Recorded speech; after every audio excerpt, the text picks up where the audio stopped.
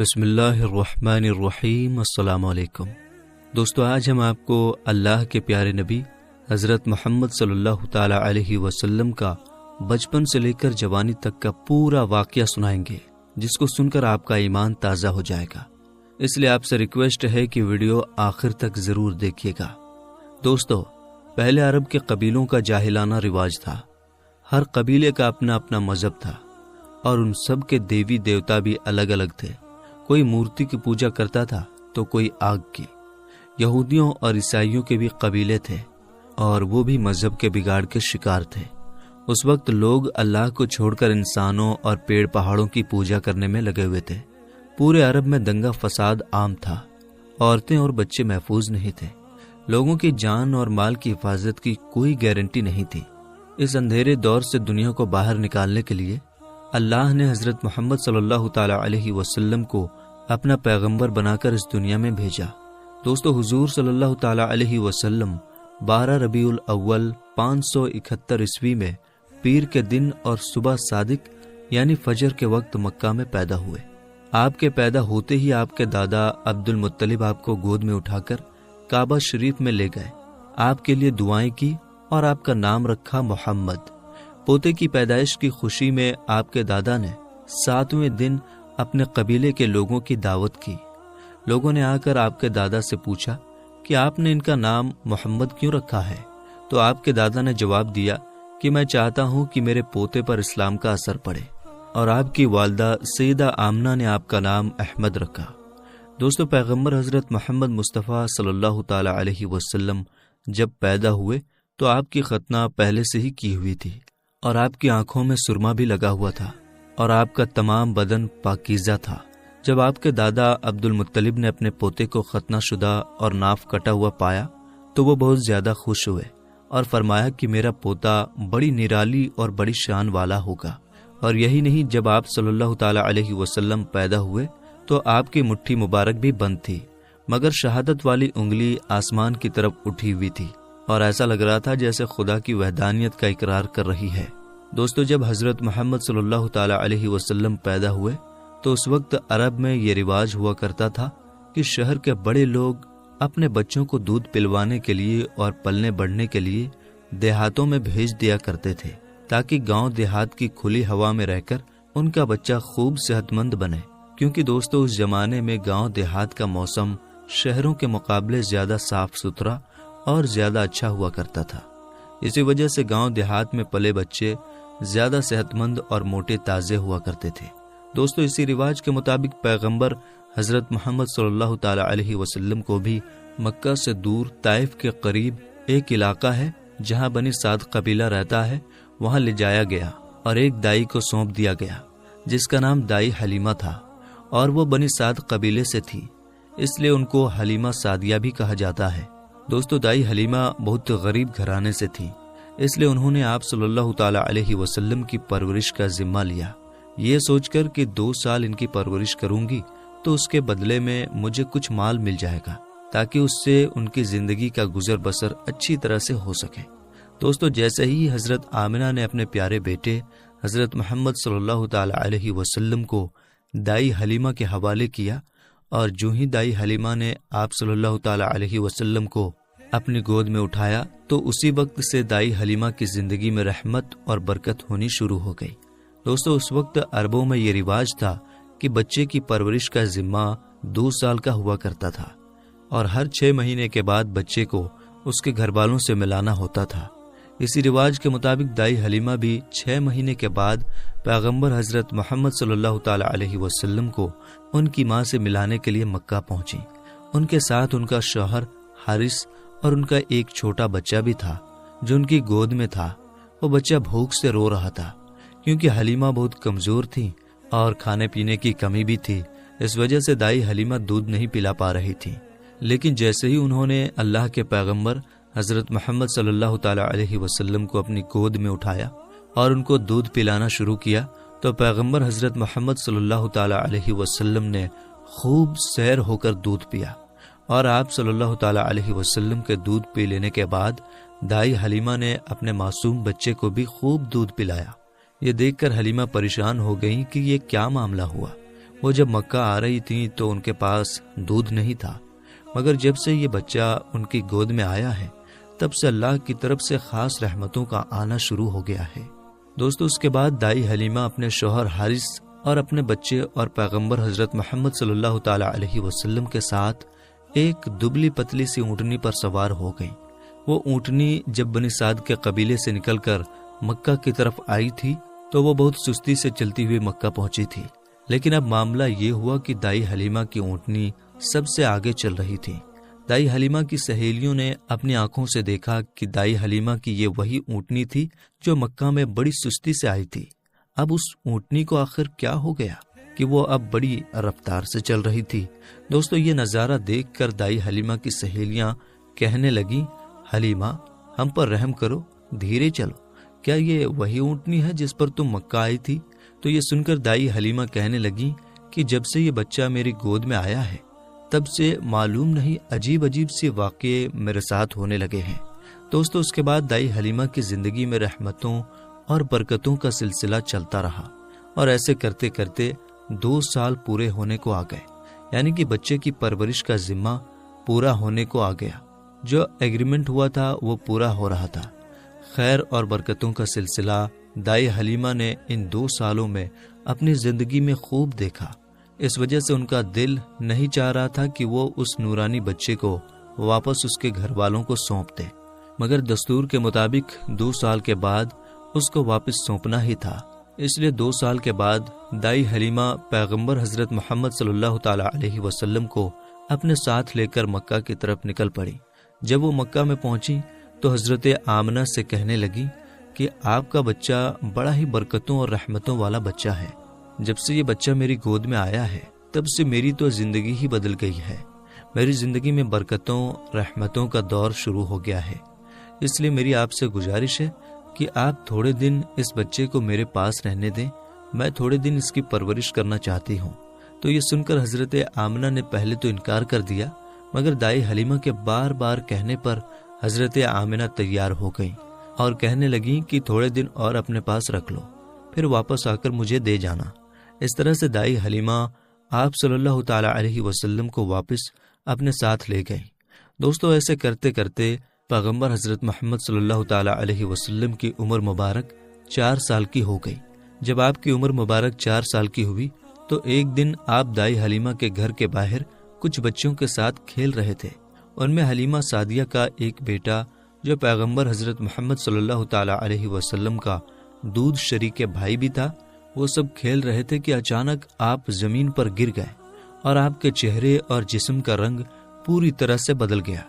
دوستو، اتہاس کی کتابوں میں ہے کہ اس وقت حضرت جبریل علیہ السلام پہلی بار پیغمبر حضرت محمد صلی اللہ تعالی علیہ وسلم سے ملنے آئے تھے۔ جیسے ہی حضرت جبریل آپ کے پاس آئے تو آپ کو زمین پر لٹا کر آپ کے سینے کو چاک کر دیا، یعنی کہ آپ کے سینے کو چیر دیا اور آپ کے دل کو باہر نکال لیا۔ اس کے بعد آپ کے دل کو زمزم کے پانی سے دھویا اور آپ کے دل پر جو ایک کالے رنگ کا چھوٹا سا لوتھڑا تھا اس کو ہٹا دیا اور یہ کہا کہ آج سے شیطان کے حصے کو دور کر دیا، اور اس کے بعد آپ کے دل کو واپس آپ کے سینے میں رکھ دیا۔ دوستو، ادھر یہ دیکھ کر آپ کے ساتھ کھیل رہے بچے گھبرا گئے کہ آپ کو کیا ہو گیا، اس لیے وہ دوڑے دوڑے دائی حلیمہ کے پاس پہنچ گئے اور کہنے لگے کہ محمد کا کسی نے قتل کر دیا ہے۔ تو یہ سن کر دائی حلیمہ بہت گھبرا گئیں اور پریشان ہو اٹھی اور بھاگتی ہوئی سوچنے لگی کہ مجھے 2 سال کے بعد ہی اس کو اس کی ماں کو دے دینا چاہیے تھا، اب اس کی ماں کو میں کیا منہ دکھاؤں گی۔ یہ سوچتے ہوئے دائی حلیمہ بھاگتی ہوئی آپ تک پہنچی تو حلیمہ نے دیکھا کہ آپ کا جسم کا رنگ بدلا ہوا ہے، مگر تھوڑی دیر کے بعد آپ کو ہوش آ گیا۔ یہ دیکھ کر حلیمہ کی جان میں جان آئی اور کہنے لگی اب اس کو اور نہیں رکھوں گی اپنے پاس۔ اس کے بعد دائی حلیمہ مکہ پہنچی اور پیغمبر محمد صلی اللہ تعالی علیہ وسلم کو حضرت آمنہ کے حوالے کر دیا۔ دوستو، اس کے بعد 4 سال کی عمر کے بعد آپ اپنی ماں حضرت آمنہ کے پاس رہنے لگے۔ اس کے بعد زندگی کے دن بیتتے چلے گئے۔ سن 575 یا 576 میں جب آپ کی عمر 5 اور 6 سال کے بیچ ہوئی تب آپ اپنی ماں حضرت آمنہ کے ساتھ اور اپنے دادا عبد المطلب کے ساتھ مدینہ کی طرف نکلے۔ مدینہ میں آپ کے لیے 2 خاص باتیں تھیں۔ ایک تو یہ کہ مدینہ میں آپ کے والد حضرت عبداللہ کی قبر مبارک تھی، اور دوسری بات یہ تھی کہ مدینہ میں آپ کے دادا عبد المطلب کا ننھال بھی تھا۔ دوستو، اس زمانے میں سفر 1 مہینے یا 1.5 مہینے کا ہوا کرتا تھا، اس لیے آپ کا یہ سفر بھی تقریباً مہینے بھر کا تھا۔ 1 مہینے کے بعد جب آپ پلٹ کر واپس مکہ کی طرف آ رہے تھے تو آپ کی زندگی میں جو واقعہ پیش آیا اسے دیکھ کر آپ کے دادا عبد المطلب بھی رونے لگے۔ اللہ کے پیغمبر حضرت محمد صلی اللہ تعالی علیہ وسلم کو اپنے بچپن کی عمر میں ہی آپ کو دوسرا بڑا جھٹکا لگا اور اللہ نے آپ کو ایک اور آزمائش میں ڈال دیا۔ دوستو، ہوا یہ کہ آپ جب 1 مہینے کے بعد مدینہ سے واپس مکہ آ رہے تھے تو راستے میں ہی آپ کے والدہ حضرت آمنہ کی طبیعت بگڑ گئی اور وہ بری طرح سے بیمار پڑ گئی، اور اس کے بعد ان کا انتقال ہو گیا۔ مکہ اور مدینہ کے بیچ الابوا نام کی ایک جگہ ہے، وہیں پر حضرت آمنہ کو دفن کیا گیا، اور اس طرح سے آپ 6 سال کی عمر میں ہی یتیم ہو گئے۔ آپ کی اس حالت کو دیکھ کر آپ کے دادا عبد المطلب بہت پریشان ہوئے اور وہ رونے لگے۔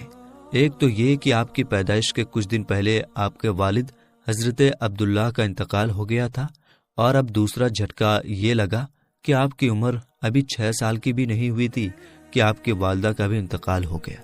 یہ دیکھ کر آپ کے دادا عبد المطلب کو بہت دکھ ہوا، مگر وہ بھی کیا کرتے، ایک دن تو سب کو مرنا ہے۔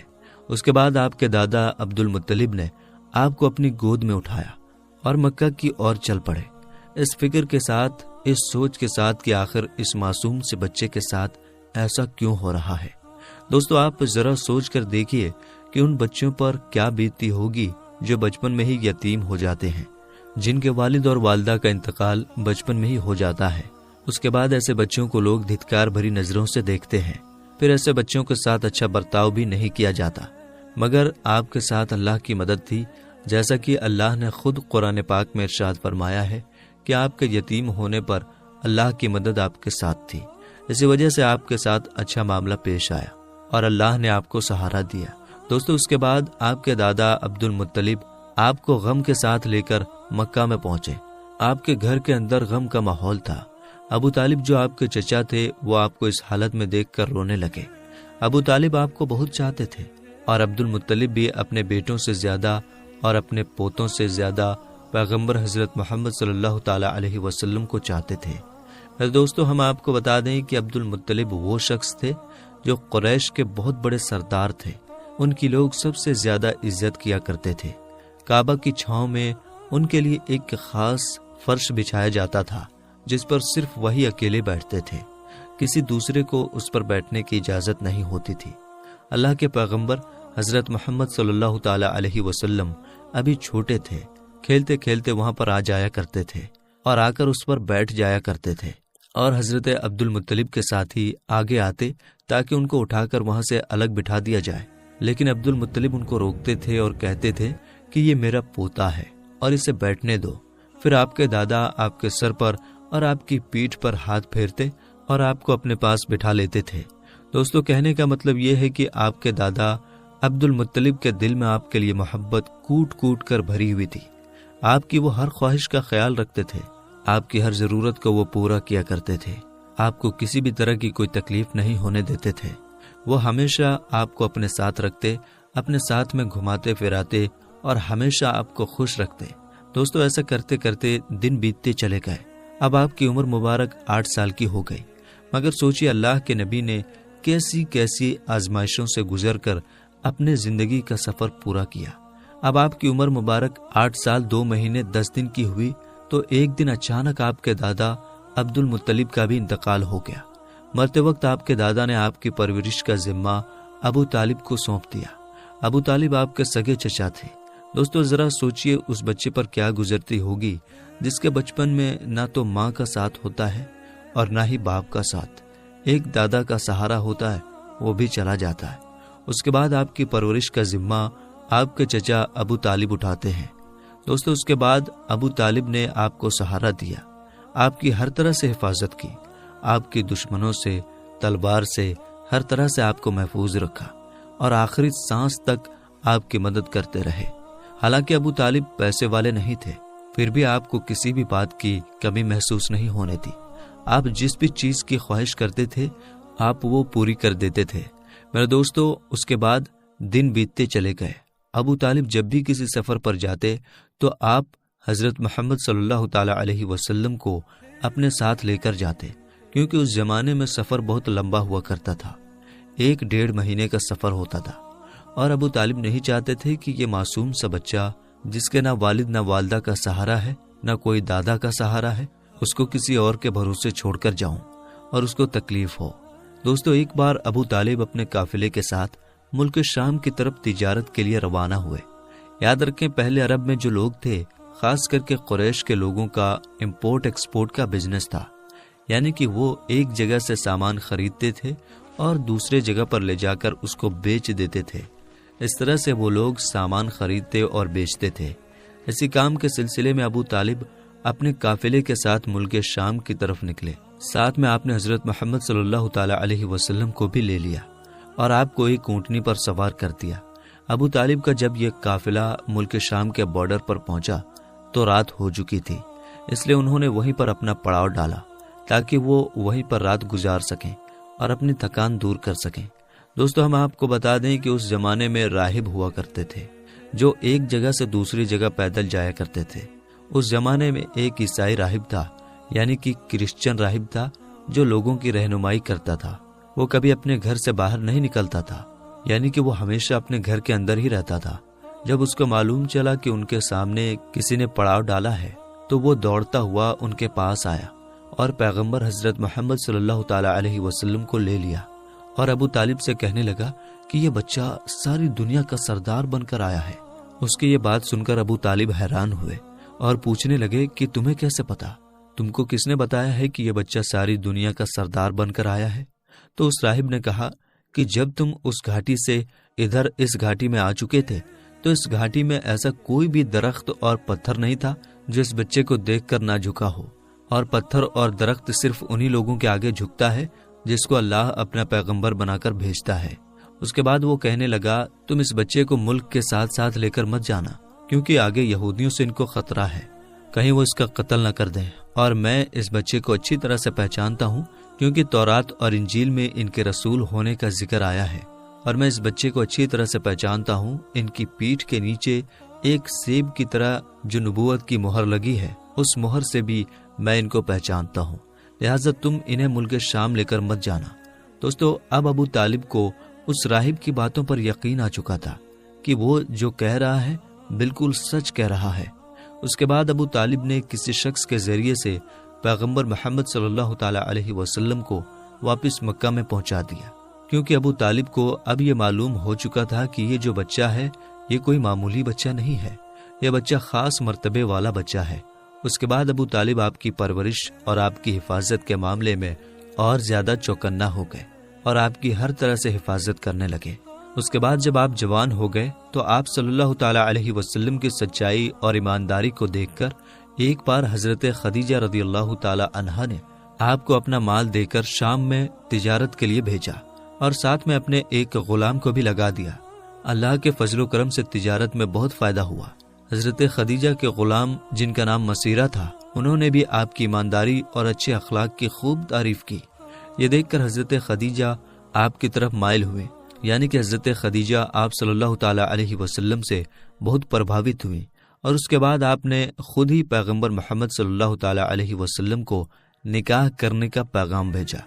دوستو، ہم آپ کو بتا دیں کہ حضرت خدیجہ رضی اللہ تعالی عنہا عرب میں ایک کامیاب بزنس وومن تھی، اور اپنے ویاپار سے ہوئی کمائی کو حضرت خدیجہ غریب، اناتھ، ودوا اور بیماروں میں بانٹا کرتی تھی۔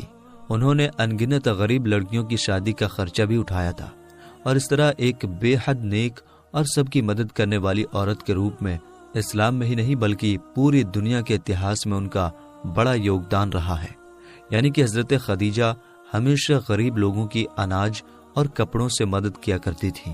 حضرت خدیجہ مورتیوں میں وشواس نہیں کرتی تھی اور نہ ہی ان کی پوجا کرتی تھی۔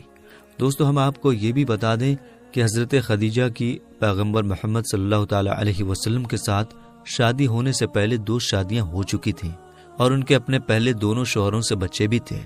انہوں نے اپنا پہلا نکاح ابو حالہ سے کیا تھا، جن سے ان کو 2 بیٹی ہوئی تھی۔ مگر اس کے بعد ابو حالہ یعنی کہ ان کے پہلے شوہر کی موت ہو گئی، اور اس کے بعد حضرت خدیجہ نے دوسری شادی عتیق ابن زید کے ساتھ کی، جن سے ان کو ایک بیٹی ہوئی، مگر یہ بھی تھوڑے دنوں کے بعد اس دنیا سے چل بسے اور یہ پھر سے بیوہ ہو گئیں۔ ان کے بعد عرب کے بڑے بڑے تاجداروں نے، سرداروں نے خدیجہ کے ساتھ شادی کی پیشکش کی، مگر حضرت خدیجہ راضی نہ ہوئے، یہاں تک کہ اللہ تعالیٰ نے آپ کو پیغمبر محمد صلی اللہ تعالیٰ علیہ وسلم کی طرف مائل کر دیا۔ دوستو، اس کے بعد حضرت خدیجہ نے پیغمبر محمد صلی اللہ تعالیٰ علیہ وسلم کی ایمانداری اور تجارتی سفر کو دیکھ کر تیسرے نکاح کا پیغام آپ نے خود ہی اپنی ایک خاص سہیلی جس کا نام نفیسہ تھا، اس کے ذریعے آپ نے پیغمبر محمد صلی اللہ تعالیٰ علیہ وسلم کے پاس نکاح کا پیغام بھیجا۔ تو یہ سن کر پیغمبر حضرت محمد صلی اللہ تعالیٰ علیہ وسلم نے یہ کہہ کر انکار کر دیا کہ وہ اس کے بارے میں پہلے اپنے چچا ابو طالب اور اپنی چاچی سے بات کریں گے، اس کے بعد میں ہی وہ اس کے بارے میں آپ کو بتائیں گے۔ دوستو، اس کے بعد پیغمبر حضرت محمد صلی اللہ تعالیٰ علیہ وسلم نے اس پیغام کے بارے میں اپنے چچا ابو طالب سے بات کی، یعنی کہ ان کو اس پیغام کے بارے میں بتایا۔ تو یہ سن کر آپ کے چچا ابو طالب بہت زیادہ خوش ہوئے اور نکاح کروانے کے لیے راضی ہو گئے اور آپ کو اجازت دے دی۔ آپ کے چچا حضرت حمزہ نے خدیجہ کے چچا عمر بن سعود سے رسول اللہ صلی اللہ تعالیٰ علیہ وسلم کے ولی یعنی کہ بڑے ہونے کی حیثیت سے بات چیت کی، اور 20 اونٹنی مہر یعنی کہ نکاح کے وقت عورت یا بیوی کو دی جانے والی رقم یا جو آپ کی حیثیت میں ہو، یہ دے کر آپ کے چاچا ابو طالب نے آپ کا نکاح پڑھا دیا۔ دوستو، اس کے بعد حضرت خدیجہ اور پیغمبر محمد صلی اللہ تعالیٰ علیہ وسلم کے نکاح کا خطبہ آپ کے چاچا ابو طالب نے پڑھا، اس میں اللہ کی حمد و ثنا کی گئی۔ اس کے بعد قبول نامہ ہوا اور مہر بیان کیا گیا۔ مہر میں 20 اونٹنی لکھی گئی۔ دوستو، یہ ملک شام کی واپسی کے 2 مہینے کے بعد کی بات ہے۔ اس وقت آپ کی عمر 25 سال کی تھی اور حضرت خدیجہ کی عمر 40 سال تھی۔ حضرت خدیجہ آپ کی پہلی بیوی تھی۔ حضرت خدیجہ کے جیتے جی آپ نے کسی اور عورت کے ساتھ شادی نہیں کی۔ آپ کی تمام اولادیں بھی انہی سے ہوئی ہیں، صرف حضرت ابراہیم حضرت ماریہ سے پیدا ہوئے تھے۔ دوستو، پیغمبر حضرت محمد صلی اللہ تعالیٰ علیہ وسلم اور حضرت خدیجہ رضی اللہ تعالیٰ عنہا کی اولادیں یہ ہیں، یعنی کہ آپ کی اولادوں کے نام یہ ہیں: پہلے قاسم، پھر زینب، پھر رقیہ، پھر ام کلثوم، پھر فاطمہ اور پھر عبداللہ۔ آپ کے تمام لڑکے بچپن میں ہی انتقال کر گئے تھے، البتہ آدھی بچیوں نے آدھی نبوت کو پایا، ایمان لائی اور ہجرت بھی کی، اور سب کی سب آپ کی زندگی میں ہی انتقال کر گئی۔ صرف حضرت فاطمہ رضی اللہ تعالی عنہا آپ کے اس دنیا سے پردہ فرما جانے کے 6 مہینے بعد اس دنیا سے رخصت ہوئیں۔ حضرت خدیجہ رضی اللہ تعالی عنہا آپ کی پہلی بیوی ہیں۔ جب آپ صلی اللہ تعالی علیہ وسلم پر پہلی آیت نازل ہوئی تو رسول اللہ صلی اللہ تعالی علیہ وسلم نے سب سے پہلے آپ کو بتایا۔ اسلام قبول کرنے والی میں حضرت خدیجہ پہلی خاتون ہیں۔ اسلام کو پھیلانے میں نہ صرف آپ نے ساتھ دیا بلکہ مالی طور پر بھی آپ نے بڑھ چڑھ کر حصہ لیا۔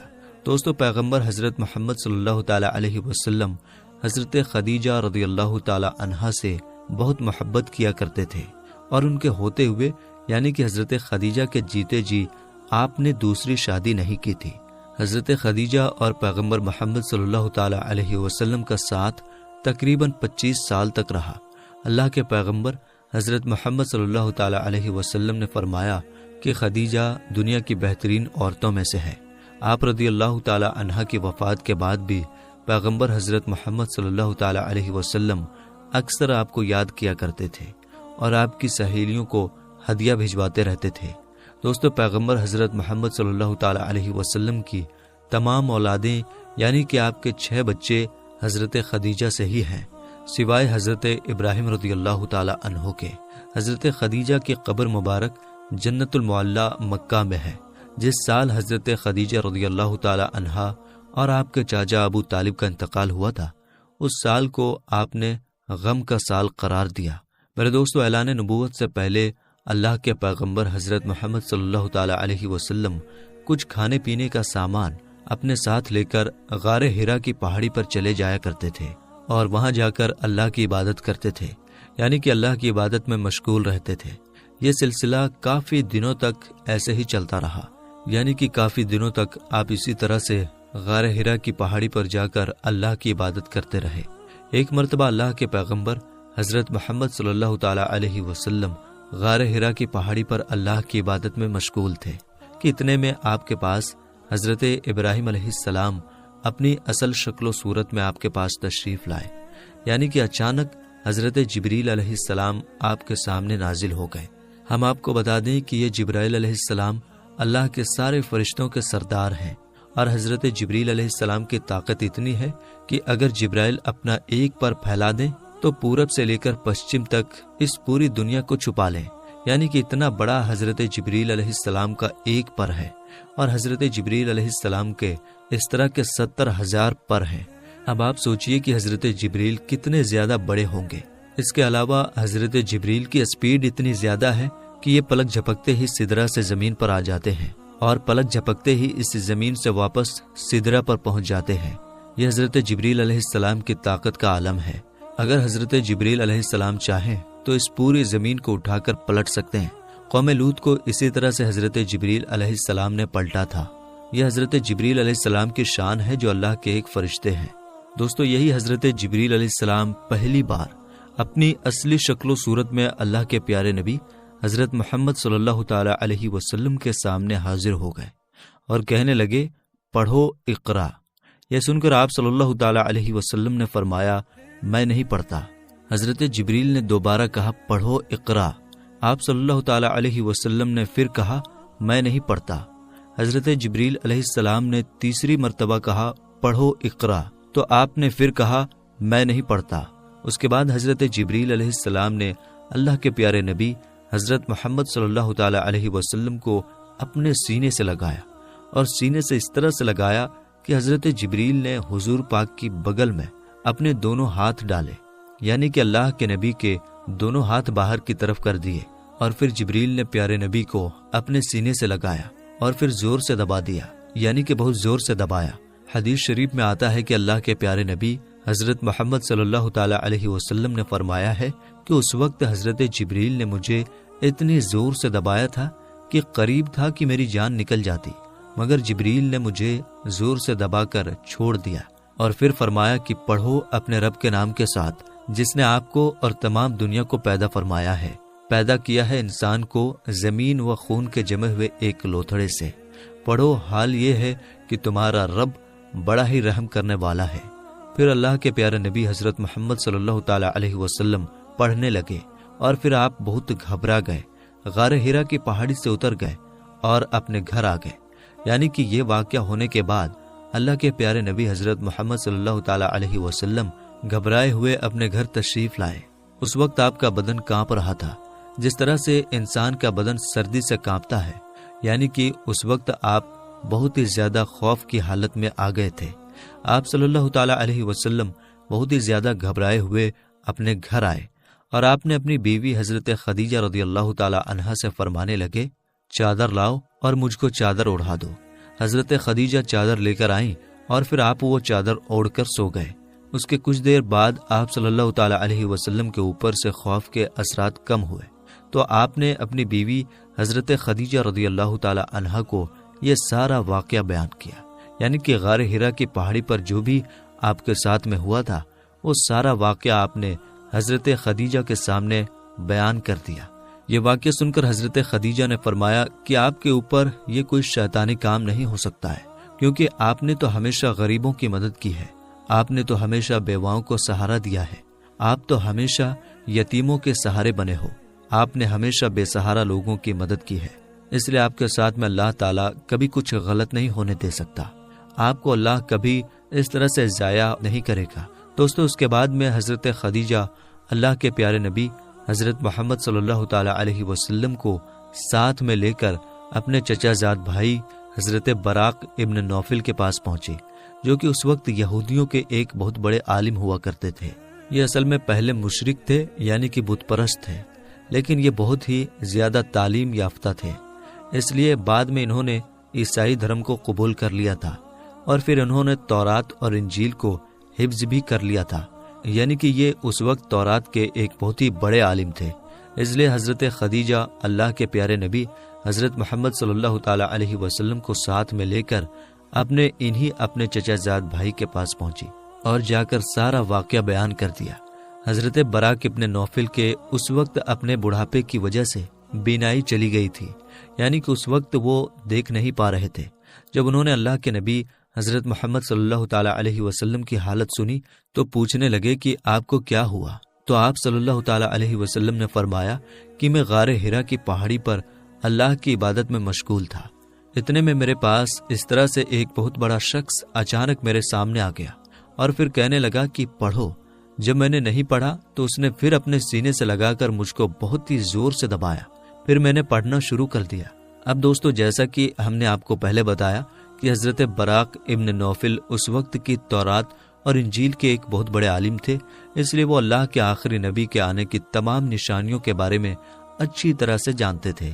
اس لیے وہ یہ سن کر کہنے لگے کہ اللہ کی قسم، جو بھی آپ کے پاس میں آیا تھا وہ وہی اللہ کا فرشتہ تھا جو حضرت موسیٰ اور حضرت عیسیٰ علیہ السلام پر نازل ہوتا تھا، یعنی کہ جو فرشتہ حضرت موسیٰ اور حضرت عیسیٰ کے پاس آتا تھا وہ فرشتہ آپ کے پاس میں آیا تھا، اور ان قریب ہے کہ اب آپ کی قوم آپ کو علاقے سے، آپ کو اپنے شہر سے باہر نکال دے گی، کیونکہ آج تک جس نے بھی حق کی آواز اٹھائی ہے، جتنے بھی آج تک نبی اس دنیا میں آئے ہیں، ان سب کو اسی طرح سے سزا دی گئی ہے، کیونکہ حضرت براق ابن نوفل تورات اور انجیل کے بہت بڑے عالم تھے، اس لیے وہ اللہ کے آخری نبی کے آنے کی تمام نشانیوں سے اچھی طرح سے واقف تھے، اس لیے انہوں نے یہ ساری باتیں آپ کو بتا دیں۔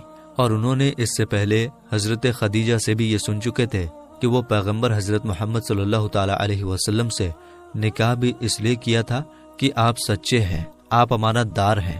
یہ ساری باتیں بتا کر پھر حضرت براق ابن نوفل فرمانے لگے، اگر میں اس وقت تک زندہ رہا تو میں تمہاری ضرور مدد کروں گا۔ اس کے بعد یہ سن کر وہیں پر حضرت خدیجہ نے آپ کا پہلا کلمہ پڑھ لیا، یعنی کہ حضرت خدیجہ پہلی خاتون تھیں جو آپ پر ایمان لے آئی، اور دوسرے حضرت براق ابن نوفل تھے جس نے آپ صلی اللہ تعالی علیہ وسلم کی تصدیق کی، یعنی آپ کے بارے میں بتایا، یعنی کہ دوسرا کلمہ انہوں نے پڑھا۔ تو میرے دوستو، آگے کا واقعہ انشاءاللہ ہم اپلوڈ کریں گے، اس لیے چینل کو ضرور سبسکرائب کر لیجیے گا۔ ملیں گے انشاءاللہ تعالی اگلی ویڈیو